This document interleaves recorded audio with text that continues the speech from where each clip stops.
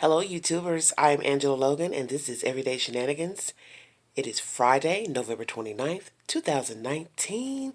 Hello, hello. Warm greetings from the High 10. It is Black Friday in America, and I'm sure a lot of you are out there shopping and getting those wonderful gifts ready for Christmas. So please be safe out there while you are shopping.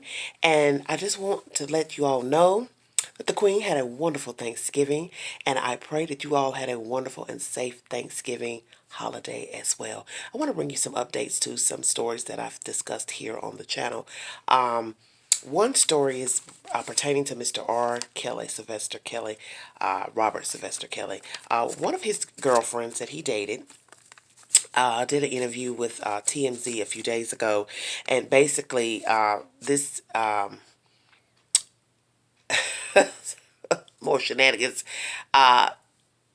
This opinion was given by Miss Lisa Van Allen, and she told TMZ that the this information that has been leaked out about Joycelyn Savage, as far as this pay network where she's revealing her life story or whatever by Patreon, she doesn't believe that it is Joycelyn giving this information, just because of some things that were noted in the commentary, and that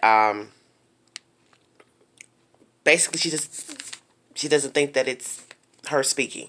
Okay, another thing she gave an opinion on was the Lifetime documentary. Obviously, Lifetime is doing another part to the Surviving R. Kelly documentary, and she is not participating in this documentary, and she feels that they are being messy, and that the people that they have brought on to give commentary, they are not credible people, and it seems more like a reality show than a show about healing and redemption and so forth. So that's the opinion of Miss Van Allen, Lisa Van Allen, on the Lifetime series that is, I guess, in the making at the moment.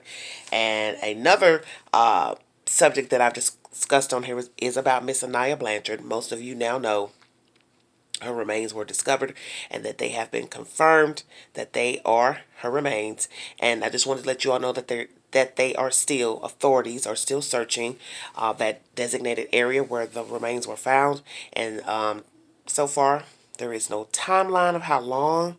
I think the officer or whomever spoke said it would be probably a day or so, that they'll still be, looking and combing through, that area to retrieve all said evidence pertaining to this young lady.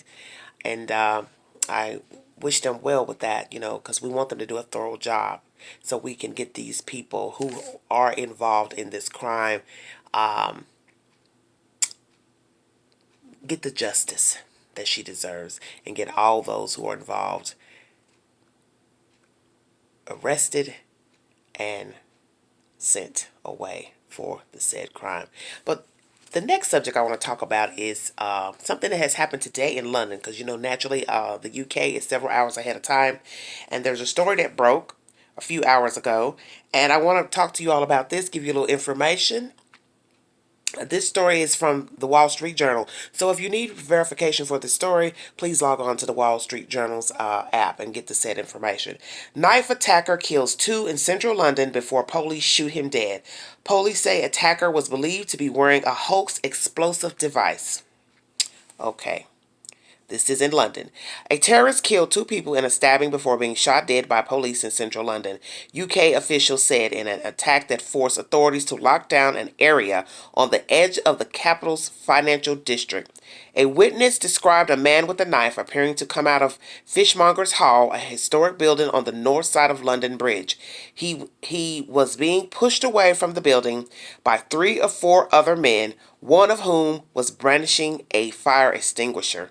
According to a video taken by a witness, several bystanders tackled a man to the ground. Another man appeared to remove a long knife from the melee, according to video footage. A police officer then ran to the scene and appeared to order the pedestrians away from the man on the ground. Police said the assailant, who was believed to be wearing a hoax explosive device, was shot and died at the scene, and confirmed that the incident was being treated as terrorism. Police said that a number of people had been injured in the stabbing attack. UK Prime Minister Boris Johnson said that the incident was believed to have been contained, having cut short campaign appearances ahead of the country's December 12th election. Mayor of London Sadiq Khan said counterterrorism police weren't looking for anyone else in connection with the attack. Security was tightened in nearby buildings, and there was a heavy police presence in the area around London Bridge, close to the location of a terrorist attack in June of 2017. According to a security official, police were sweeping the area for explosives. The bridge, a busy urban artery that connects the UK capital's central business district in South London, crosses the River Thames just west of the world-famous Tower Bridge.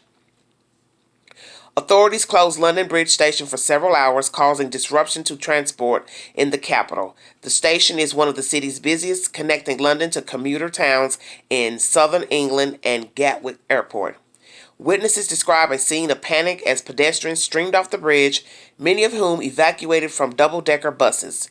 Enrique Murillo, an 18-year-old student, was working on his laptop at the Roasting Planet cafe on the south side of the bridge when a woman ran inside. She was hysterical.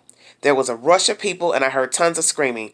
We all ran to the back of the coffee shop and the owner unlocked the back door to go down to the basement. He said the woman told them civilians had confronted the attacker but thought he had a suicide vest. He and others huddled down in the cafe basement. People were crying. There was a lot of distress. I've heard 5 or 6 shots, said Dimitri DeSimone, a French tourist who was sitting in a cafe, the Borough Bistro, at the base of the bridge when the incident occurred. People started running. We ran inside the cafe because we couldn't tell what was happening. Everyone was running from the bridge. Police ordered pedestrians, including a group of children, off the bridge. Police at first were evacuating restaurants and telling people to get away from the bridge area, but then later told people to stay inside. Get inside the building, a heavily armed police officer yelled as people barricaded themselves inside Borough Bistro. Police ushered patrons to the back of the restaurant while they locked the doors. Borough Bistro was one of the locations attacked in the 2007 London Bridge knife attacks. Interesting. It's the, getting ahead of myself. It's the second time, so it's hard to believe that it's happening again, said Kwame Obozan, who works as security for Borough Bistro and was present during the 2017 attack. I immediately thought it was the same routine as 2017. Suzanne Underwood was with her husband in nearby Borough Market when they heard shots. We saw a yellow flash and there was a smell, a burning smell, she said. Everyone got down on the ground. People ran in from the bridge and then armed police ran in and told us to leave. One American tourist, Barry K. Herman, said people in the Borough Market were screaming and running as dozens of police cars, sirens wailing, raced toward the bridge. In a statement, White House spokesman Judd Deere said, President Trump has been briefed on this morning's attack at the London Bridge and is monitoring the situation. The United States strongly condemns all horrific acts of violence on innocent people, and we pledge our full support to our ally, the United Kingdom. Mr. Khan paid tribute to the breathtaking heroism of members of the public who, according to purported videos of the scene circulated on social media, intervened to restrain the suspect.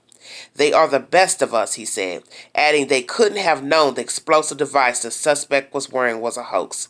The UK has suffered a wave of terrorism-related attacks in recent years.